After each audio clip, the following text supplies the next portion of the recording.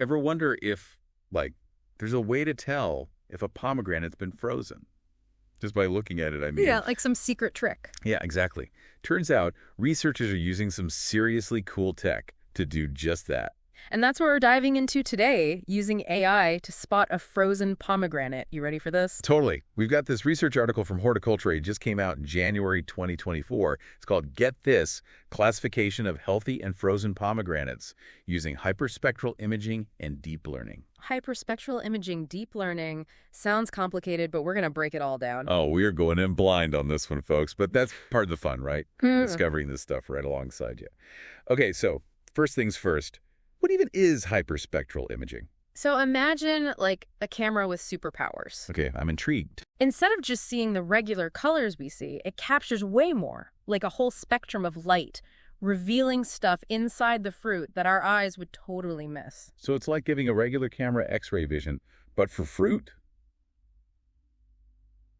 That's wild. Why go to all this trouble, though? Just for some pomegranates? Well, right now, figuring out if a pomegranate's been frozen is surprisingly tough. You mean like they don't just come with a label? Previously frozen? I wish. No, it often involves just like looking at it. Really?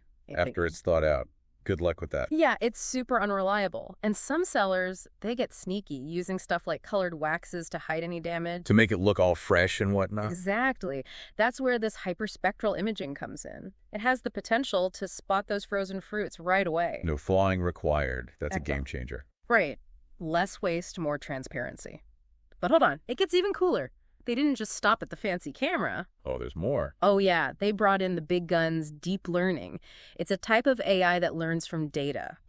So we're talking serious brain power now. We are. And they used a bunch of different deep learning models. Think of it like assembling a team of like super detectives, each with their own way of cracking the case.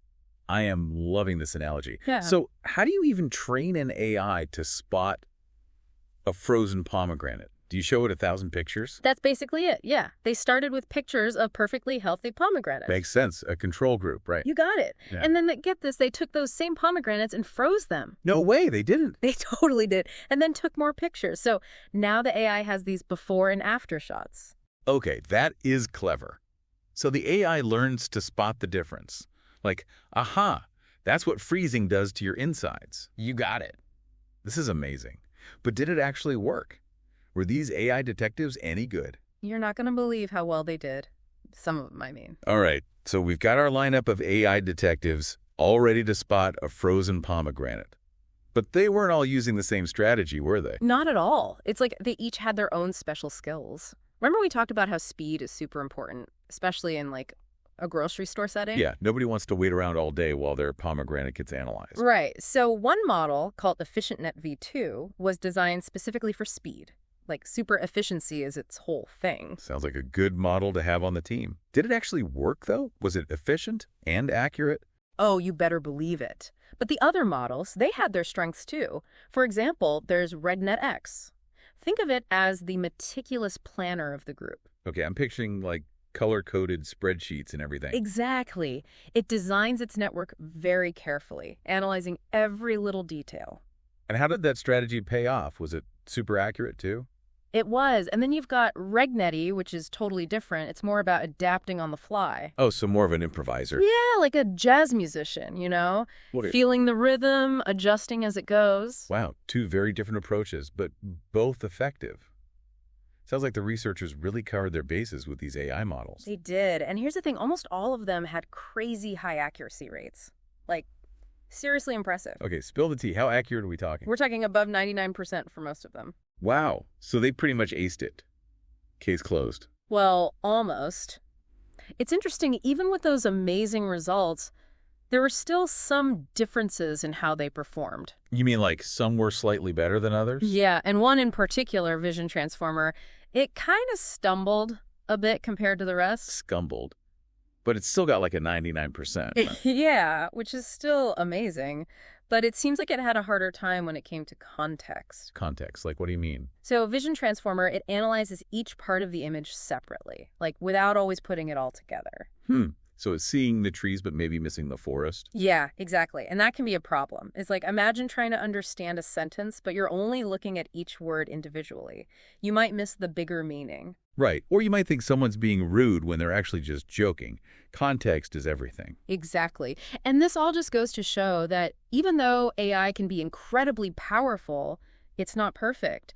We got to understand how these models work, their strengths, their weaknesses, especially as we start using them more and more in our lives. That's a really good point. So we've got these AI detectives. They can spot a frozen pomegranate like nobody's business. But what's the next step? Where do we go from here? That is the million-dollar question. So we've got these AI pomegranate inspectors. They're crazy accurate, but like, what's the big picture here? What's the end game? Imagine this. Instead of those AI cameras being stuck in a lab somewhere, they're out in the real world. Like, picture this. They're built into those conveyor belts at a sorting facility. Wait, so instead of having people visually inspect every single pomegranate, you've got these AI-powered cameras just like scanning them as they zoom by. Exactly. And because they're using that hyperspectral imaging, they can spot those frozen pomegranates right away. Boom, sorted out before they even leave the facility. Wow, that would save so much waste. It's kind of crazy how much perfectly good food ends up in landfills. It's a huge problem. But this technology, it's not just about being eco-friendly either. Think about the costs. Oh, right. If farmers are losing less product, that means Lower prices for everyone. It's a win-win. totally. And for me, honestly, I think it would just make me feel better as a consumer. Like knowing that the pomegranate I'm buying is actually fresh, not some frozen imposter. It's about trust, right? Transparency in the food system. Exactly. But this seems like it could go way beyond pomegranates, don't you think? Oh, absolutely. The researchers, they think this could work for all sorts of produce, fruits, vegetables, even things like fish. So, like, imagine an AI that can tell if an avocado is ripe just by looking at it, or like if some milk has gone bad. Exactly. The possibilities are kind of mind-blowing. It really makes you appreciate how even research on something as specific as frozen pomegranates can lead to these, like, huge breakthroughs. Totally. Well, folks, that's our deep dive into the world of AI and frozen pomegranates. We've seen how this amazing technology works. We've met some high-tech AI detectives.